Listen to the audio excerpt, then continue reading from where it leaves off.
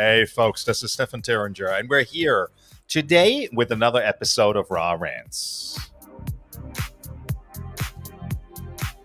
I want to say thank you to all the old friends coming back and sticking with us. Guys, we are having an unbelievable month. We're actually crossing that 10,000 download a month this month. That's the pace we're on April 25. Thank you, thank you, thank you. We're bringing you today an episode again from the other side of the world.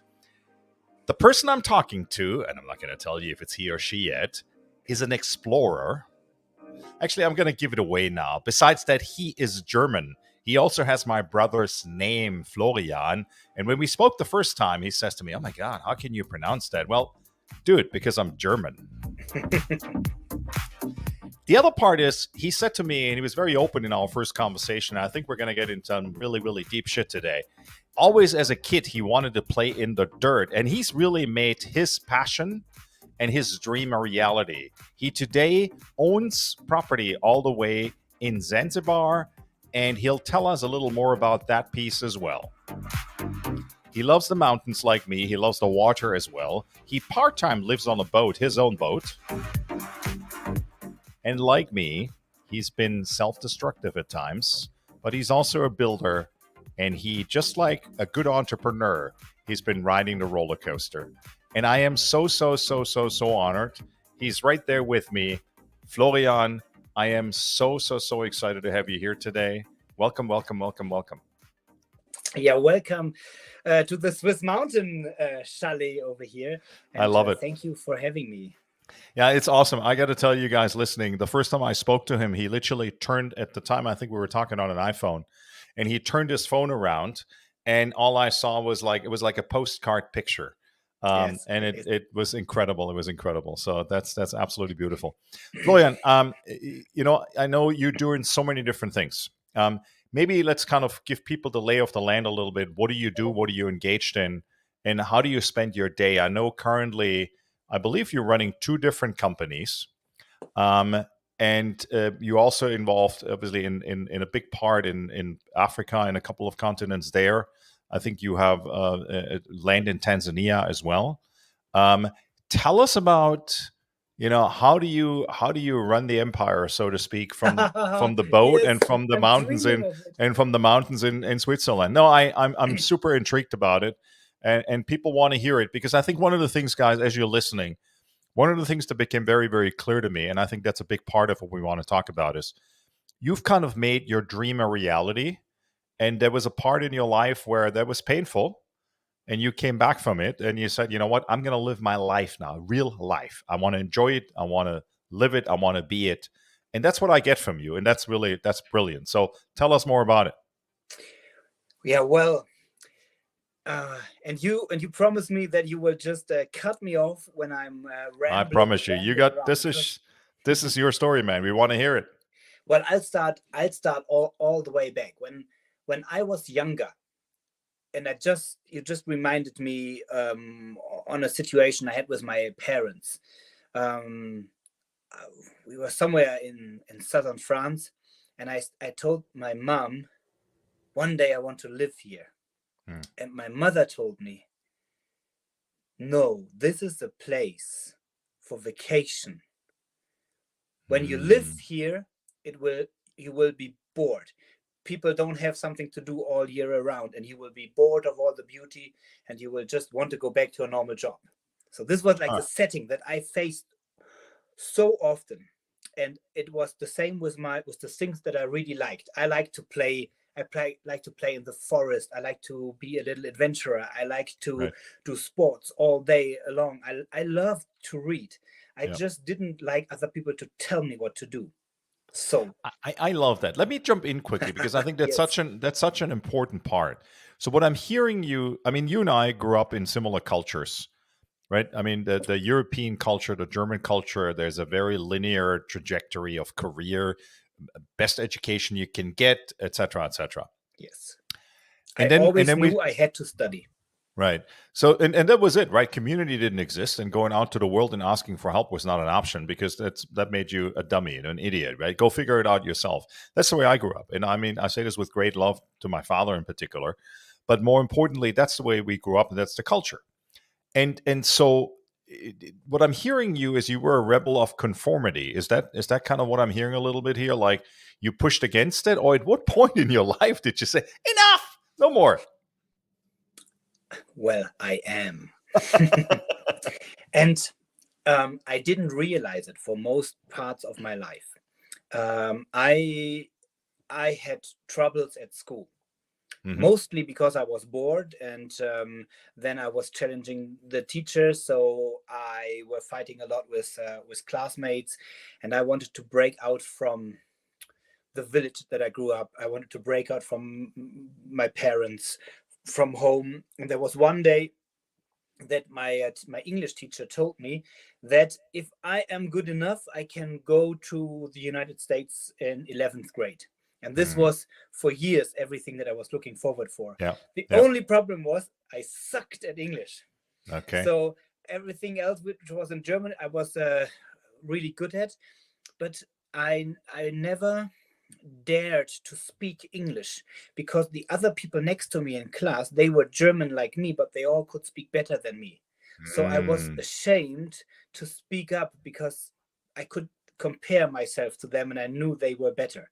So my grades dropped. And then when I went to the US, all of a sudden nobody could speak German. My only chance to survive was to just start Right. speaking. And I couldn't compare because they couldn't speak any German at all. I think that's such an important lesson. I mean, let's talk about this for a second, right? We grew up in school. I remember the similar experience for me in French class, right? I was, as what we call it in French was Germany. worse. Yeah, we call it a humanistic track, right? I had to work. Mhm. I had to learn English, and English was very good, and was very lucky because one of my best friends when I was in grammar school, his dad was in the diplomatic service for the UK. Okay. And then the other thing was French, and then there was Latin. Oh my God, don't get me even started on those two, right? And but the point is, when that comparison falls away, and you are somebody who is now a global citizen, you're a global traveler. I mean, you're at different times in different places in the world. You've experienced so many different cultures. And I want to talk about that later a little bit as well. I mean, you and I had a great opportunity briefly to talk about Zanzibar and areas Mm. where you're also very aware of the political climate. But talk about that comparison. When comparison fell away for you, if you could give advice to people listening right now, the younger generation, kind of the stewards we've become for the younger generation, what would you tell them in terms of the experiences that you've had and what's helped you, and what should they orient themselves towards?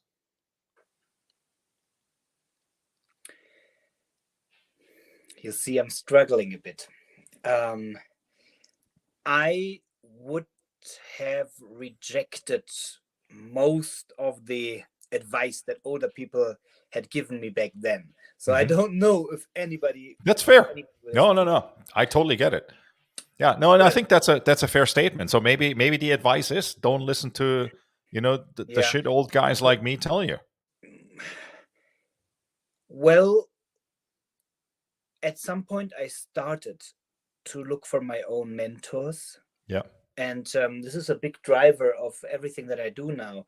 I say, well, I want to be the mentor that I never had in life. Mm. There was nobody that I could model. Yeah. My father and my uncles and teachers, they all had, or some of them had an interesting part of their life, but Yeah. there was nobody where I thought, okay, I want to be like them. I want to be a little bit like them and a little Mm. bit like them. And this is something which is part of my advice.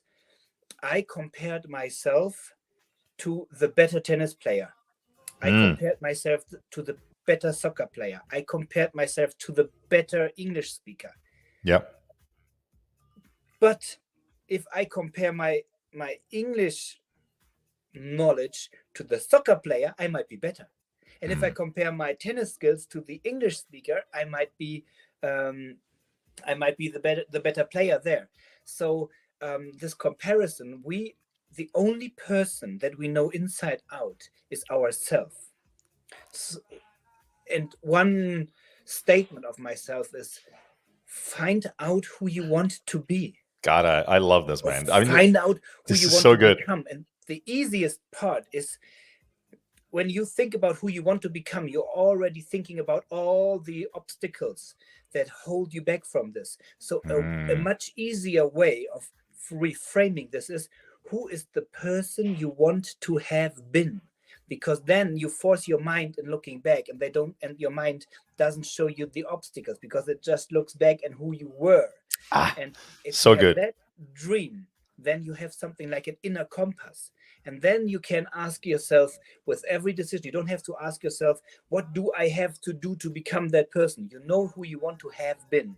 And if you then are forced into a situation where you need to decide, just Yeah, ask yourself, does yeah. it bring me a tiny step closer to that person? Yes or That no? is so good. I remember doing an Then extra. Yeah, compare. I love this. I mean, Compare it's to it's your it's younger don't be self. competitive with the person next to you. Be competitive with yourself, right? In terms of be tomorrow a better version of the version that you were today, and be monomaniacally obsessed with that. Yeah. I absolutely love that. And you can make mistakes, because for the other people, if you look at a person that you admire, you only Yeah, see the successes, but they took a lot of wrong turns, and that is not a problem. They took a wrong turn and they figured yeah, out it's a wrong turn, so they went back a step and they yeah, took the other direction. And yeah, what is happening in my life is, I see all the wrong turns that I take, and yeah, for the other person, I only see the right turns, because yeah, that brought them where they are, yeah. because I don't see where they went back Well, right. It's further like back. in entrepreneurship, we talk about that overnight success. And the reality is they've been Yes. working 10, 15, 20 years on something and suddenly they get the break. If they do get the break. And I absolutely love this. What great advice. Like think about the life you want to have lived in terms of also where everything else then kind of comes in, right? I talk a lot in different contexts about the culture of failure. How has failure for you been in that context? When I say the word failure, I saw Yeah. your face cringing just a little bit just now. I hate it. I hate it. I don't want to fail. Right. But how do you, we all fail, right? Every day, multiple times. Big time. So if we find forgiveness for our own failure and potentially failure for other people, how do you deal with it? What have you learned in the journey of life so far? And I distinctly say so Yeah. far. You may say, you know what, I'm still in the middle of learning. I'm certainly, Well, I get yeah, challenged every single day. that is a motto of mine, that I want to live by as long as I live. I want to keep learning. And there's one thing that I realized once I started learning lessons of life, is that the more I learned, the more I discovered that I don't know yet. So the more Yeah. educated I became, the more stupid I felt. Yeah. And therefore, well, it is a challenge that I think that's a reason for me to be alive. I want to keep learning, and I want to respond to everything that I learn. And I hate failure. I don't want to fail. I don't like failure culture. I don't want a culture where you praise people for failing. But at the same time, failing is learning. Yeah. And I found out for myself that, well, you mentioned Zanzibar. I went on vacation in Zanzibar, and I'll come back to this later, because Yeah. there's Yeah. Yeah. like a 20 years gap in between. And I trusted somebody, and we built a lodge close to the beach, tropical beach, Yeah. white sandy beach. I just talked to somebody in Zanzibar who was sitting at exactly that beach about 1 hour ago. And my partner, he stole the lodge from me after we built it Mm, up. He told the police that he doesn't know who I am, and that I just showed up and stole his keys. And then I had the original founding documents of our limited, and I could show the police, and they said, okay, well, this looks official. And he said, yes, because he bribed the government. That's why he got the documents, but I don't know this person. So I lost everything. And I had so many people around me who pointed the finger on me and said, how stupid can you be to make business with Africans? That's basically mm, what they said. mm. And I felt betrayed, and I lost money and time. And at one point, I realized, going to university to learn these lessons that I learned over several years, building that place. Number one, I couldn't have been more educated on hotellery and tourism. and it would have been more expensive. Yeah. So in the end, I paid money for my own education, and it's a failure when I now go back to Germany, sit at my rocking chair and cry all day about the biggest failure because somebody betrayed me.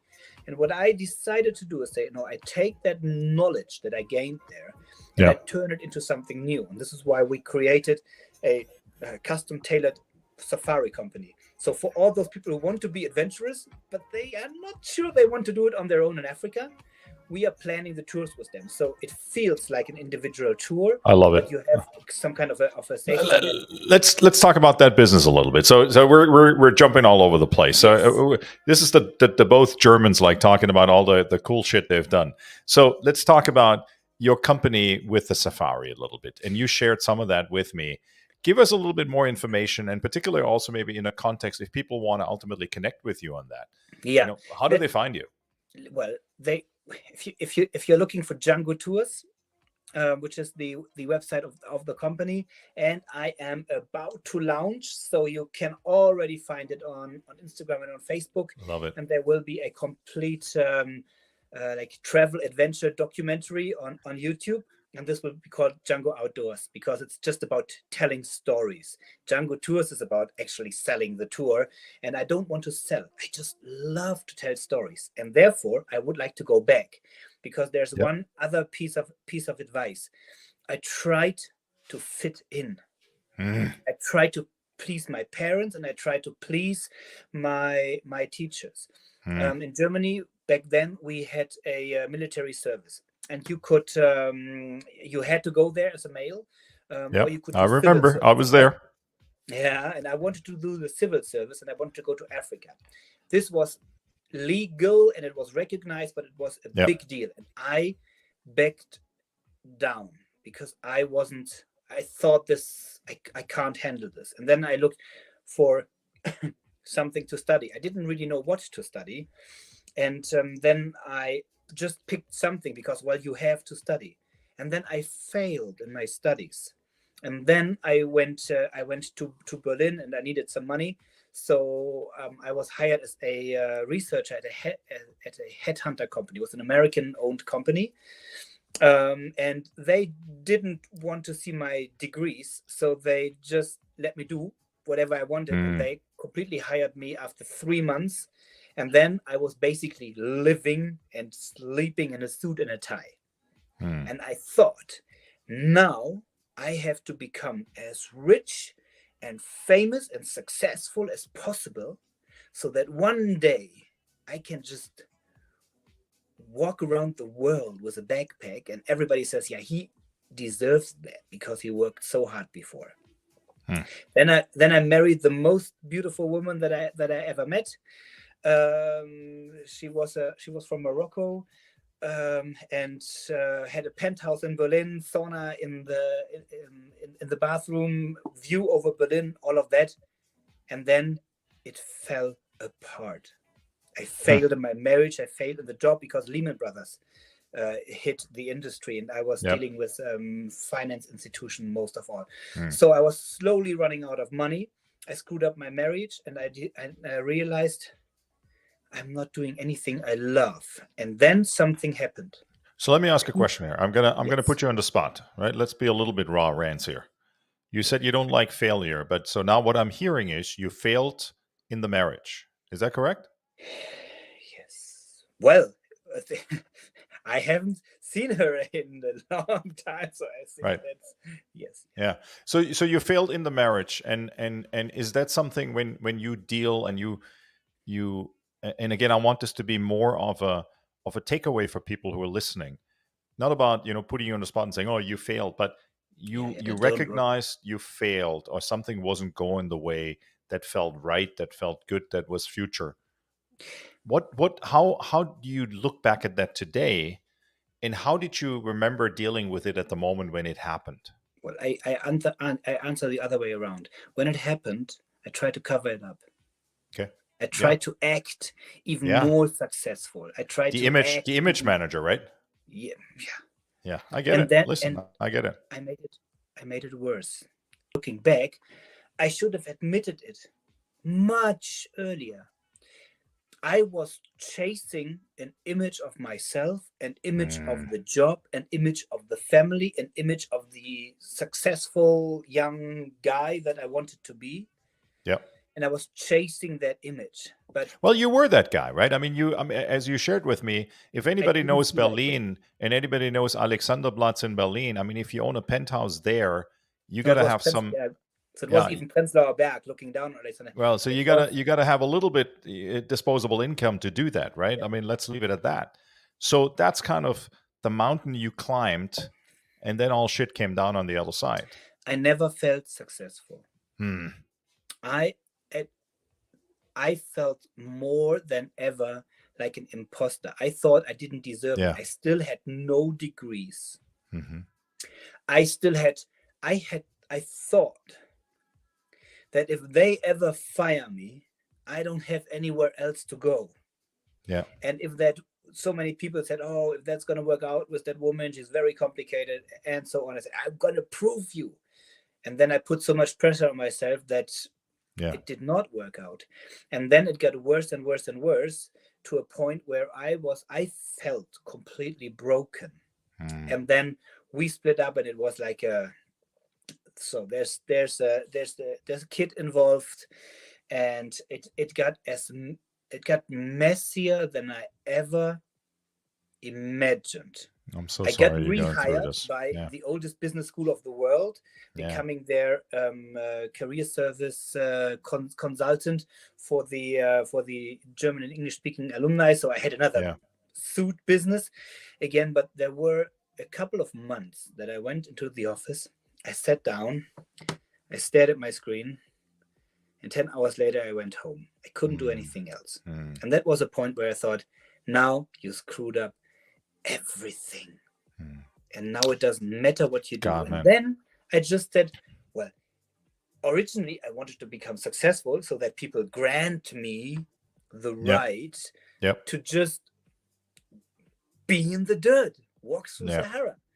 Yeah. And then I figured out, well, I might just do this now. So even if I have money, I don't money. If I want to do it without money, it doesn't matter anyway. And this became a refocus. That was the first time in 10 years that I did something only for myself. And I wanted to go on an adventure. I had no idea where, and I thought a lot about this. And this was where the creative brainstorming process came in. Mm-hmm. And I decided that I do a 4-week solo foot walk on my own in Sahara, at a region where I had never been before. And that I had to face my fears, and all of a sudden I did something only because I wanted to, and that created feelings in me that I wanted to have more of. And by now I see my failures, and you asked about the failures, as the most important thing that happened to me. Right. For 2 reasons. On the one, in German you say it kicked me down the horse. So I was very stuck up. I pretended so much, and it grounded me. And on the one and then in the aftermath, I overcame it. And this overcoming, this was the biggest learning experience. And now I'm super happy. And by now I know if something is not working out, I'll come better out of it than I went into it. Still, I don't like it when I'm in. Right. No, I love it. So let's talk about, I mean, one of the things that always happens with, and then I want to talk a little bit more about the jungle tours. And Zanzibar, we're going to talk for a moment about as well, because I'm so fascinated. Guys, listen, this guy, it's like he's living your dream life. I mean, he's really made a commitment to his own passion. I mean, this is incredible. Make sure, are you on Instagram, Florian? Yes, Jungle Outdoors. Okay, so make sure you connect with him on Jungle Outdoors on Instagram. Send him a message. It's like Jungle Unchained. And you'll get $1 off if you book with him. You get $1 off if you mention Raw Rants. He'll figure this one out. I'm putting you on the spot. No, but jokes aside. So failure kind of reinvigorated you, and you're saying, well, you know what? That's something I learned about myself. And I love that self-awareness about, hey, listen, this is where I made a mistake. I did something, and I'm coming out as a better version of myself. the two words that always come from me up with failure is shame and blame. Can we talk about that for a second? No. Yeah. Do I have a choice? No, you have a choice. I mean, I don't. Again, this is not about and Go you for know it. this. I said this to you, but it's not about making you uncomfortable. But I think it's stuff people. I mean, particularly we're two guys talking, right? Yeah. I mean, You won't. guys You deal with can do that whatever you stuff want. all the time. Yeah, you will never make me more uncomfortable than my ex-wife. So, Okay, good, good. Yeah, let's talk about it. So shame, blame. I mean, on my side, I've lived a lot of times. I mean, I had a very strong father. I shared that with you. My dad just passed in January at a great age of 94. But I always lived with not good enough, not good enough, not good enough. And that's that image manager, because on top of that, my father was a politician. And so the image manager was another thing I always kept up, either for myself or because I thought I needed to. All that BS that and then this whole thing of, don't you know who I think I am? Kind of that self-loathing component comes into it as well. And that all connects to either, everybody else's fault is that I don't do well, or I don't want to talk about how bad I'm actually doing because that's not in agreement with who I'm portraying to be. Yeah. So, what do you want to know about? Well, I want to shame? know. I mean, shame. How do you deal with shame? And when these emotions come up for you today, maybe the image manager, where you kind of have this flashback of, well, there's a moment where I'm thinking maybe like the past tense of Florian. Yeah. But going forward, I made a commitment to myself. How do you shift that? How do you shift out of this piece of self-loathing? Let's call it that for the moment. Yeah. Okay. There's one very important aspect that happened to me when everything was falling apart and the whole Lehman Brothers thing happened. Some people called me back, and they were like the richest of the richest that I placed somewhere. And I was 26 back then. And they said, Flo, can we have a talk? You were the most honest person that I talked to in the last year. Like, holy moly. And they triggered something in me, and I wanted to become a coach. So I did a lot of coach training, and I became my best client.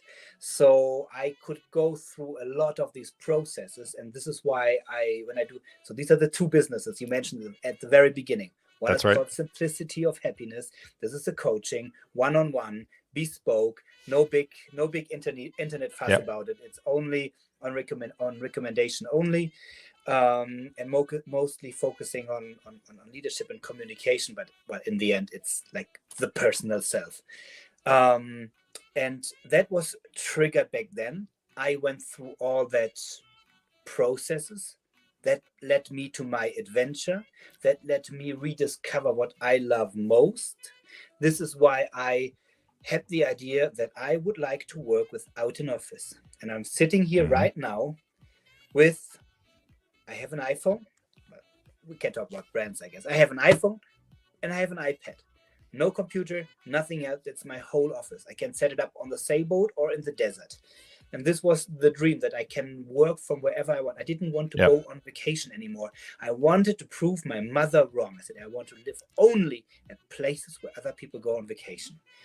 And that was 2012, 2013. I started on that journey, and I had it as it was more like a hobby. I earned my money with the coaching, and I did these adventures because I dreamt of Africa since I was young. Since I was a small child, I wanted to be an adventurer. And then I met a new woman. It's still my girlfriend. Her name is Judy, and Judy lived in Tanzania before, and she said, well, I have to show you my second home. And then I said, okay, if I go there, then I want to stay there for another month and work from there. And this is how I met somebody over there. And then, because I did all of that self-reflection before, all of a sudden I rediscovered my feelings, and that was something that I became very good at hiding before. I wasn't. Guys, stop. Time out. Guys, listen what he's saying. He rediscovered his feelings, and he was good at hiding that. That is such a big lesson. Thank you. Yeah. And this came with this pretending to live a life that other people wanted from me. So boys don't cry. You don't complain. You have to make it happen. You have to be successful. Yeah. And all these fears that I had, and all that frustration that built up. And at large times, I had a hate on the world. I hated my wife for being so mean to me. I hated this situation to happen to me. I tried so hard, and me being here without the proper education, and Yeah. now this is happening to me. So there was a lot of hate, and that could be part of the blame business. On the other hand, this blame was just there because of the shame, because I thought I don't deserve 100%. it. And at a moment where all of that, where I thought that I failed and everything, there was no shame, because I thought, whatever I decide now, I can't go any deeper. And this is when I started completely rediscovering the feelings, what feels good, what is for me, who do I want to be. And oh my God, it's so good. It's almost like a personal recovery journey, right? I mean, you're all the way down in the bottom, and you got to rebuild. And what I still didn't do is be vulnerable. And it's about, I remember exactly, that was a great coach, an English coach living in LA. His name is Rich Lidwin. And I had a coaching session with Rich Lidwin. I was sitting in the port. Oh, that's right. You told me that. That's right. Yeah. Yeah, in the port in Saint-Tropez. I just survived a horrendous storm because I completely misjudged it with a tiny wooden 60-year-old folk boat that I was sailing on for a couple of months by then. And I had that coaching conversation with him.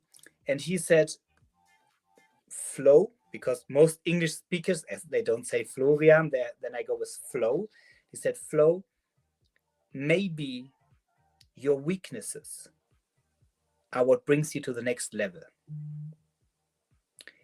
Be vulnerable. Right.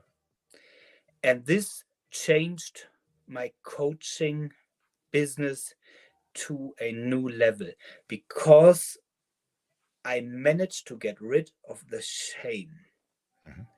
And it's not about image anymore. I can say, well, you know what? I screwed up there, and I feel all of a sudden I could tell how I feel, and I could put it into words.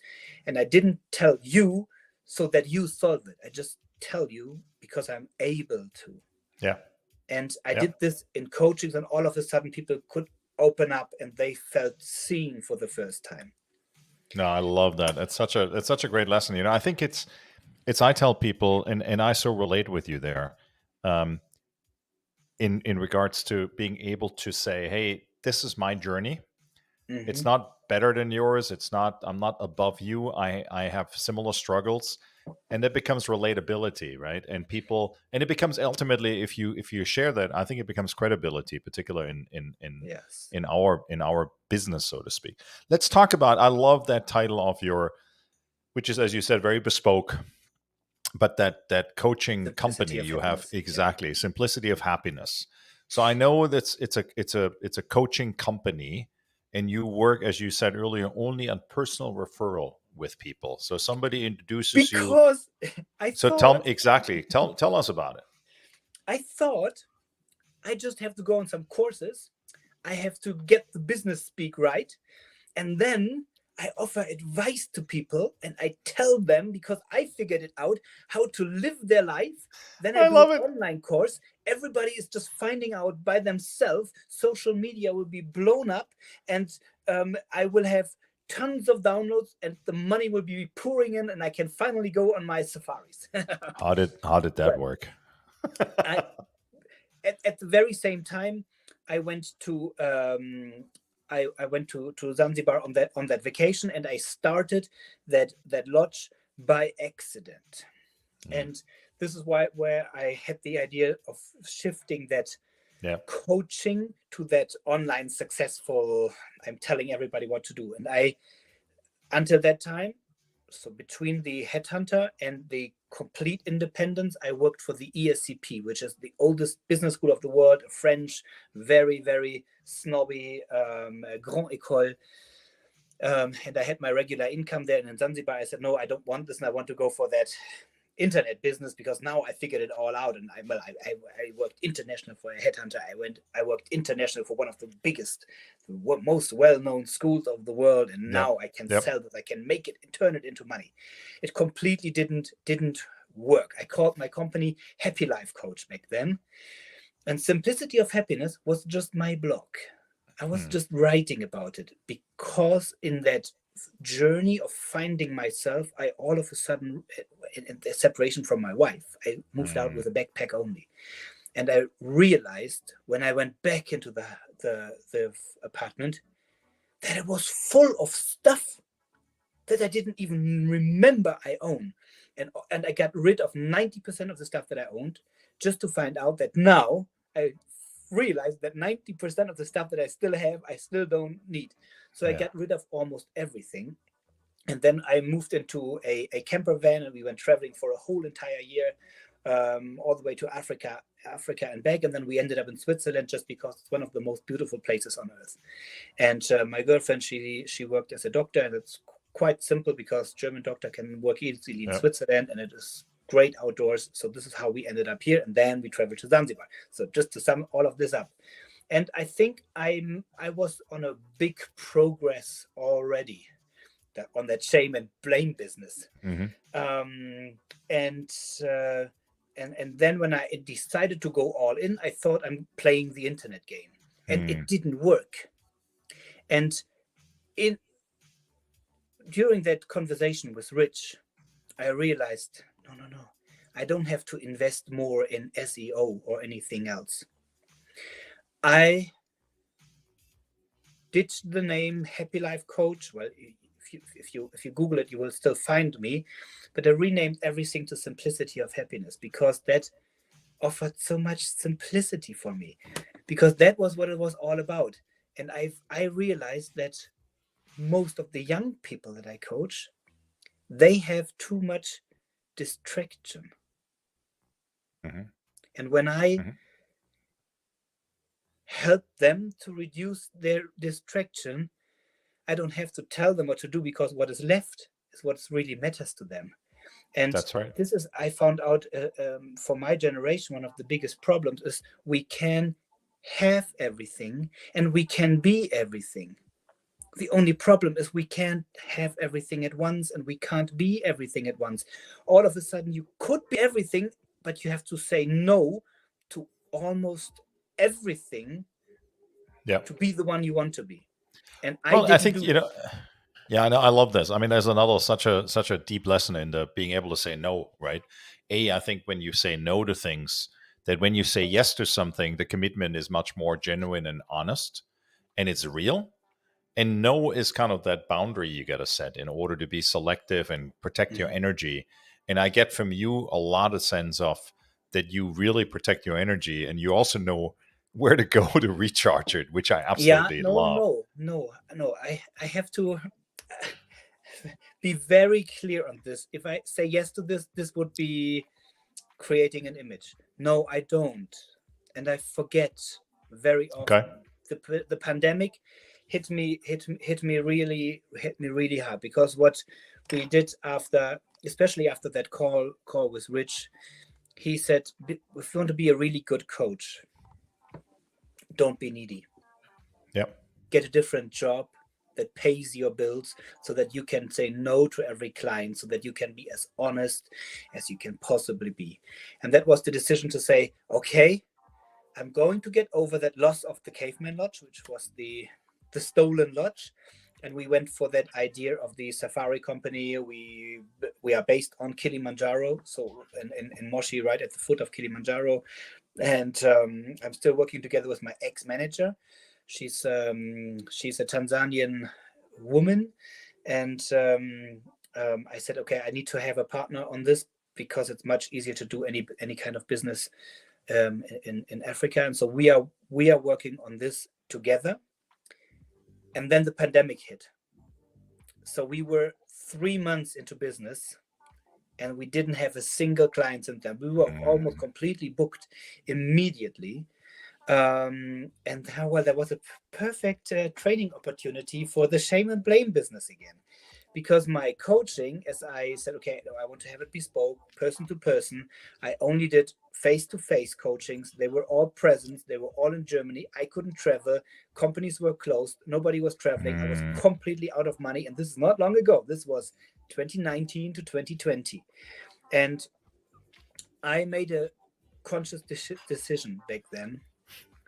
And I said, this is a difficult situation for everybody in here.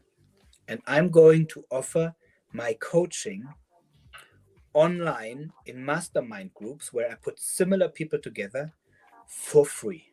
And I called my best friends that I always wanted to have as sparring partners. And we started out with this. And after about 3 months, they said, Flo, we like that idea. We want to continue, but only if you send us an invoice. And I said, okay, well, I can handle that. And so I started sending them an invoice. And then they said, well, I have some friends who want to do the same. And so I opened up a second mastermind, and then I opened a third mastermind, and I opened a fourth mastermind. And all of a sudden, I transferred my business to 100% online, but none of that clickbait download stuff. It's all face to face, and I take my time for those people. And I absolutely over delivered on everything, even if they were not paying. And I forced myself to be as vulnerable as possible. I said, about that. I was open about the loss of the money, the fear I had with the pandemic, the struggles we had in Africa.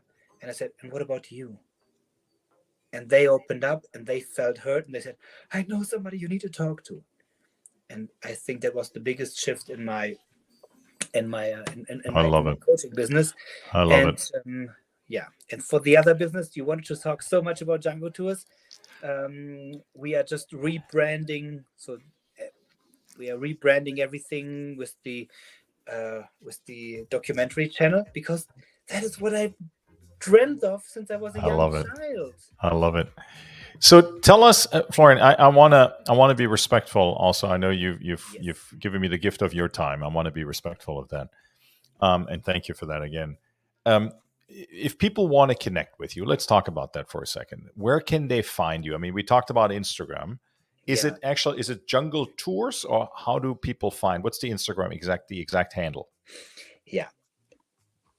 Well, you remember that movie Django Unchained? Yep. So it's the same spellings. It's just outdoors. Django Outdoors. Got it. So we're going to make this all, and you'll find, guys, as you listen, we're going to make this all available on the website as well, with all the links to his company, and hopefully, when do you expect the website to be up? Any thought on that yet? Yeah, the website is up, but it will dramatically change, because it was just a hobby. It was just something. All of a sudden, I knew there's something we can do better than others, and it was about the service and not about the website. And now during the pandemic, we figured out that, well, it is actually something which creates so much value for other people. And I love it. It is so easy to have a crappy experience in Zanzibar, in Morocco, and in Tanzania. They don't understand the culture here. They try to copycat it. And then it is, well, there is an air conditioning, but it's not working.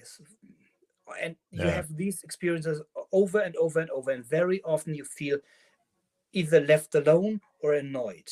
And we figured out a way to be just in between, right the fine line. So if you want to have somebody to talk to, there will be somebody, but nobody's pushing you anywhere, because I am the one discussing with you everything that you want to experience beforehand. I love it. I'm so intrigued. I just want to get on the plane right now and not only hike the mountains with you, but just, I think you got so many really real life stories and so much energy as a human being. I absolutely love it. If you guys only listen to the audio, make sure you go onto our Rants channel on YouTube. That's right. And look at the Besides that, beard. we're both in the ball club, Florian and I. So, which is awesome.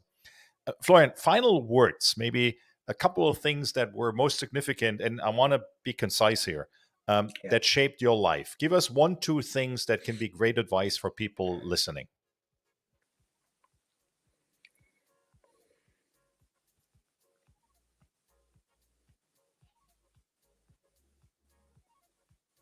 If it's quiet here, guys, I can see him thinking. The engine is you working. Can see me. Well,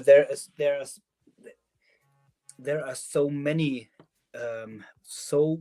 ups and downs. We talked about failure.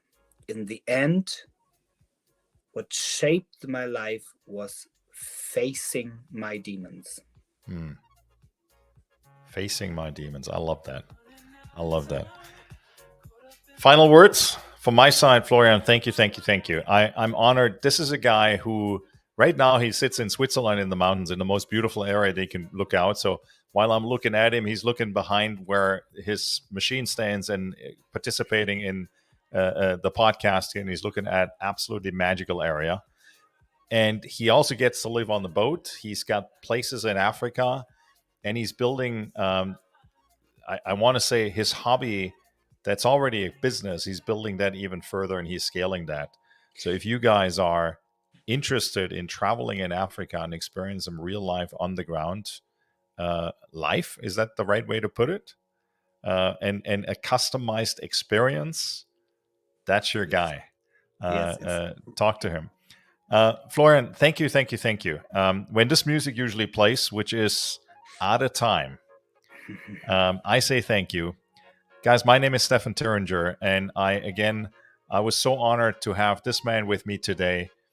Florian, thank you one more time. From German to German, we could have talked German the whole podcast, although I probably would have struggled in speaking German. Connect with him on social media, reach out to him, send him a message if you need any advice. I know he is a super, super generous soul, and it's got immense energy about him. Again, my name is Stefan Thüringer. I'm your host here at Rants. Immensely grateful you were all here. Go check us out. Look at some of the past episodes as well while you're there. Make sure you hit that subscribe button on all the major platforms and wherever you get your podcast fix. And for the two of us, there's only one thing left, and that is Florian and Stefan out. See you. Bye.